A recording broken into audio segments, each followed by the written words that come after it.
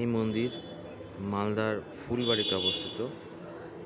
আমি খুব ছোটোবেলায় ঠাকুমার সাথে আসতাম এই মন্দিরে। ঠাকুমা বলতো এই মন্দিরের নাম রঘুনাথ বাড়ি। আপনারা কে কে এসছেন এই রঘুনাথ বাড়িতে প্লিজ কমেন্টে জানাবেন।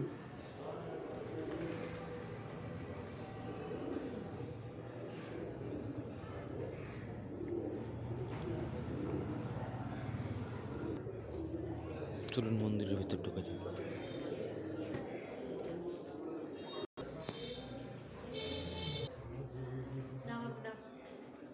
পূর্ণিমার পরে মার আছে আবার।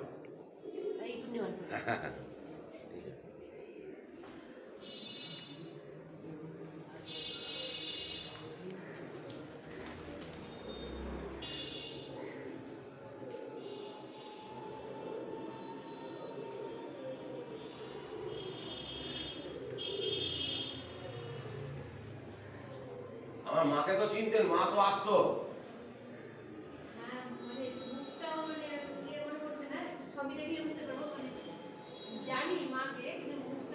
মুকুন্দলাল দাস ছিল যে মেয়ে হতো আমার বদ্রীবাবু।